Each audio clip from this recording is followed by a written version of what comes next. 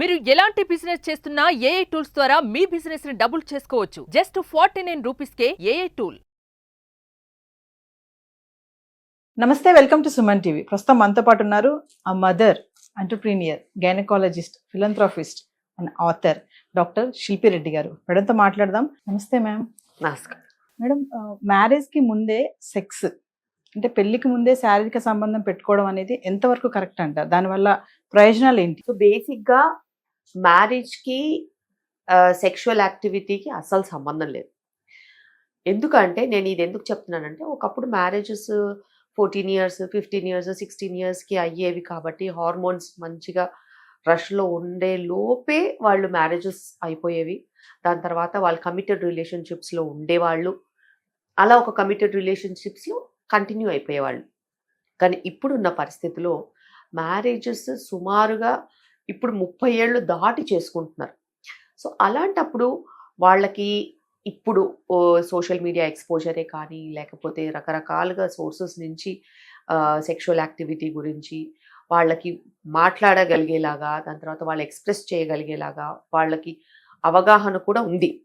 So అలాగే 20-25 years దాటిన తర్వాత వాళ్ళు కొన్ని రకాల కమిటెడ్ రిలేషన్షిప్స్లో వాళ్ళకు అనుకున్న విధంగా వాళ్ళు ఎంటర్ అయిపోతున్నారు. సో అలాంటప్పుడు సెల్ఫ్ రెగ్యులేటరీగా, అంటే వాళ్ళకున్న నార్మల్ విలువలను బట్టి, వాళ్ళకున్న ఆలోచనలు బట్టి, వాళ్ళకున్న అవగాహన బట్టి ఎవరు డిసిషన్ వాళ్ళు తీసుకుంటున్నారు. అది మగవాళ్ళైనా కూడా, ఆడవాళ్ళైనా కూడా. సో అలాంటప్పుడు వాళ్ళకి వాళ్ళ ఏజ్ అనుగుణంగా వాళ్ళకి అనిపించినవి వాళ్ళు చేస్తున్నారు. వీటిలో డెఫినెట్గా మైనస్లు ఉంటాయి, ప్లస్లు ఉంటాయి, మాట్లాడుకోలేని సమస్యలు ఉంటాయి. అయితే ఏదైతేనేమి ఇప్పుడు ఉన్న పరిస్థితుల్లో ఉమెన్ ఎంపవర్మెంట్ అని మనం మాట్లాడుతున్నాం. అంటే ప్రతి స్త్రీకి వాళ్ళకి మంచి అవగాహన ఉండేలాగా ఎడ్యుకేషన్ అయితేనేమి, సపోర్ట్ అయితేనేమి, ఫ్యామిలీ సపోర్ట్ అయితేనేమి, వర్క్ కల్చర్ అయితేనేమి, అన్నీ అందరికీ అందుబాటులో ఉన్నాయి. అలా అందుబాటులో ఉన్నప్పుడు వాళ్ళకి ఉన్న ఫెసిలిటీస్ని బట్టి, వాళ్ళకు ఉన్న సోర్సెస్ని బట్టి డెసిషన్ మేకింగ్ ఎప్పుడైనా కానీ ఉమెన్ చేతిలోనే ఉంటుంది. అలాగే ఆ స్థాయిలో ఉన్న ఉమెన్తో కలిసి ఉండే మెన్లో కూడా ఉంటుంది. సో అది వాళ్ళు మాట్లాడుకుని వాళ్ళ పర్సనల్ స్పేస్లో డెసిషన్స్ తీసుకుంటారు. అలాంటి డెసిషన్స్ మీద డాక్టర్స్కి కానీ, పేరెంట్స్కి కానీ, ఫ్రెండ్స్కి కానీ, ఇన్ఫ్లుయెన్సర్స్కి కానీ ఎటువంటి హోల్డ్ ఉండదు. సో మనం యాజ్ అ డాక్టర్ నేనేం చెప్పగలుగుతాను? యాజ్ అ డాక్టర్ నేను ఏం చెప్పగలుగుతానంటే, ఎప్పుడైనా కానీ ఒక కమిటెడ్ రిలేషన్షిప్లో ఉన్నప్పుడు సింగిల్ పార్ట్నర్ ఆల్వేస్ బెటర్. అలా సింగిల్ పార్ట్నర్ కమిటెడ్ రిలేషన్షిప్లో ఉన్నప్పుడు మీరు మీ వ్యూస్ ఎక్స్ప్రెస్ చేయగలగాలి ఆ పార్ట్నర్కి. సో మీరు ఖచ్చితంగా ఎక్స్ప్రెస్ చేసి మీరు ఒక మంచి కమిటెడ్ రిలేషన్షిప్స్లో వెళ్ళినప్పుడు అటు ఇటు అనేది ఇంక మళ్ళీ ఉండదు. అదేవిధంగా ఎప్పుడైనా కూడా యాజ్ అ డాక్టర్ నేను ఏం చెప్తానంటే, you should always use some kind of protection. ఎందుకు అంటారా? ఖచ్చితంగా ప్రొటెక్షన్ యూజ్ చేయడం మూలాన మనకి sexually transmitted diseases Rao. And ఖచ్చితంగా 100% కంటిన్యూస్గా, కన్సిస్టెంట్గా మనం ప్రొటెక్షన్ అనేది యూజ్ చేయాలి. అప్పుడప్పుడు యూజ్ చేసి అప్పుడప్పుడు యూజ్ చేయకపోతే మన దాంట్లో బెనిఫిట్ ఉండదు. ఇప్పుడున్న పరిస్థితుల్లో చాలా రకాల సెక్షువల్ ట్రాన్స్మిటెడ్ డిజీజెస్ ఉన్నాయి కాబట్టి యాజ్ అ డాక్టర్ నేను ఖచ్చితంగా ప్రొటెక్షన్ గురించి చెప్తాను. అండ్ ఆ తర్వాత హై రిస్క్ బిహేవియర్లో ఉన్న వాళ్ళకి మానసిక సమస్యలు ఉంటే ఖచ్చితంగా మనము మంచి సైకాలజిస్ట్ అన్నా, సైకియాట్రిస్ట్ దగ్గరికైనా హెల్ప్ కోసం వెళ్ళాలి. ఎందుకంటే వాళ్ళ ప్రవర్తన అనేది వాళ్ళ మానసిక స్థితిని బట్టి ఉంటుంది. మల్టిపుల్ పార్ట్నర్స్ని మెయింటైన్ చేస్తే మట్టుకు it is some kind of disorder అని అనుకోవాలి. ఎందుకంటే వాళ్ళు స్థిమితంగా లేరని అర్థం. అలాంటి ఏదన్నా ప్రాబ్లమ్స్ ఉంటే వాళ్ళు మంచి సైకాలజిస్ట్ అన్నా, మంచి కౌన్సిలర్ అన్నా, లేకపోతే మంచి సైకియాట్రిస్ట్ దగ్గరికైనా వెళ్తే వాళ్ళ ఇష్యూస్ ఏమన్నా ఉంటే వాళ్ళు సాల్వ్ చేసుకోగలగాలి. ఎందుకంటే మానసిక సమస్యలు ఏదైనా ఉంటే దాని ప్రకారంగానే మన శరీరం అనేది మనకి డైరెక్షన్స్ చూపిస్తూ ఉంటుంది. మనం శరీరాన్ని ఆపలేము, కానీ ఖచ్చితంగా అది ఏదైనా హార్మోనల్ ఇంబ్యాలెన్స్ ఉండి థాట్ బ్యాలెన్స్ లేకపోతే మటుకు ఖచ్చితంగా చేసుకోవాలి. చాలా మంది అమ్మాయిలు మేడం భయపడుతున్నారు పెళ్లి చేసుకోవడానికి, అంటే ఈ రిలేషన్ లోకి వెళ్ళడానికి భయపడుతున్నారు. అలాంటి వాళ్ళకి ఏం చెప్తారు మీరు? డెఫినెట్ గా మ్యారేజ్ అనేది ఒక కమిట్మెంట్. ఆ కమిట్మెంట్ కి భయపడే వాళ్ళు మీరు మెయిన్ స్ట్రీమ్ లో ఆలోచించలేకపోతున్నారు. బట్ తరతరాలుగా వెన్ హ్యుమానిటీ ఎగ్జిస్ట్ అయినప్పటి నుంచి కూడాను ఒక మెయిన్ స్ట్రీమ్ అనేది ఉంటుంది. మెయిన్ స్ట్రీమ్లోనే 90% మంది ఉంటారు. ఏదో ఒక టైంకి మనము మెయిన్ స్ట్రీమ్లో పడాల్సిందే. ఎందుకంటే మెయిన్ స్ట్రీమ్లో వెళ్ళే వాళ్ళకి సొసైటీ యాక్సెప్టెన్స్ అయినా ఉంటుంది, లేకపోతే వాళ్ళకి దారి కరెక్ట్గా ఉంటుంది, వాళ్ళకి ప్రిడిక్టబుల్ రిజల్ట్స్ ఉంటాయి.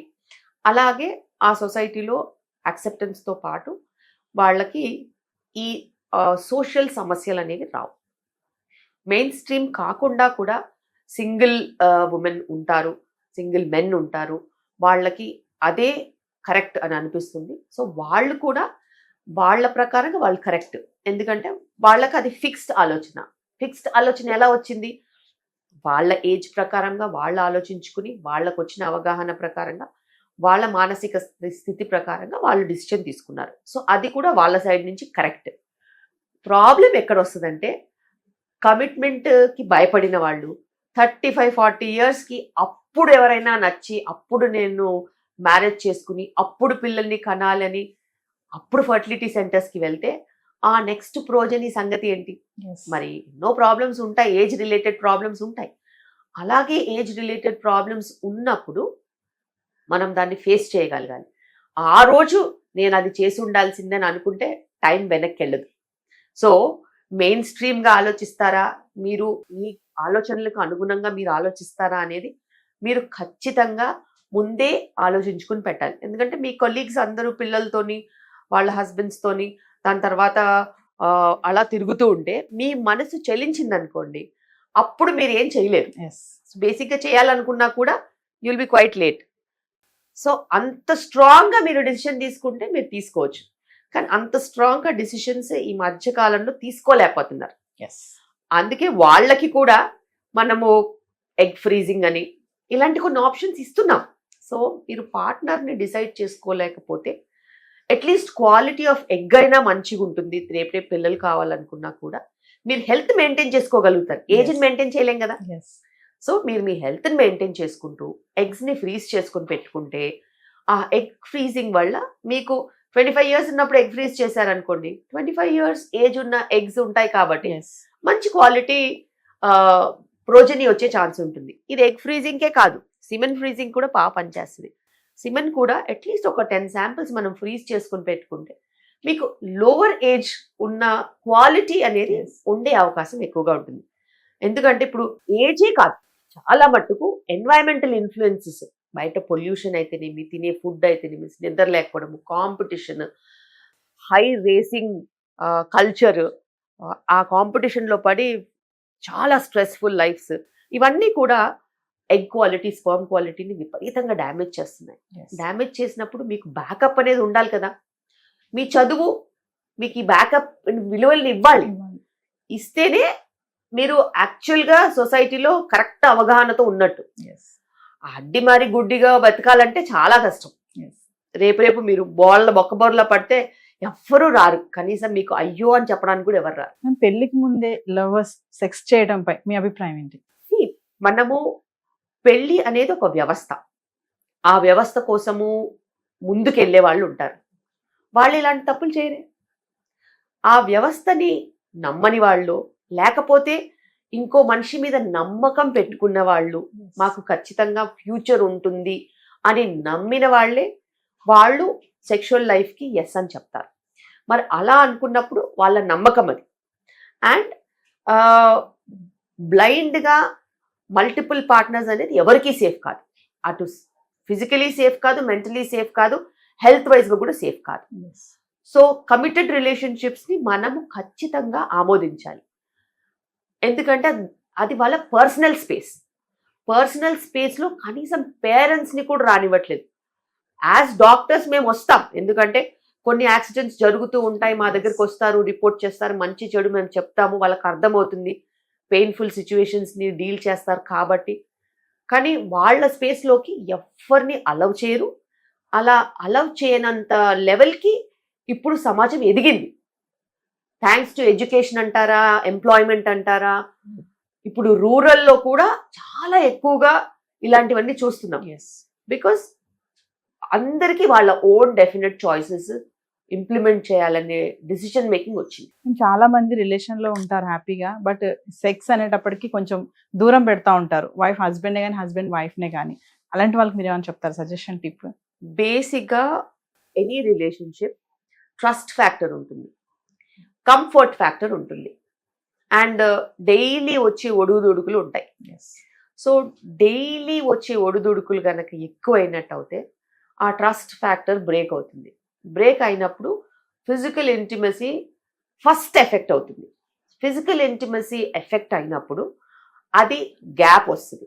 ఆ గ్యాప్తోని ఇంకా ట్రస్ట్ ఫ్యాక్టర్ బ్రేక్ అవుతుంది, ఇంకా డిస్టెన్సెస్ పెరుగుతాయి. డిస్టెన్సెస్ పెరగడంతో ఇంకా గొడవలు ఎక్కువ అవుతాయి, ఇంకా ట్రస్ట్ ఫ్యాక్టర్ బ్రేక్ అవుతుంది.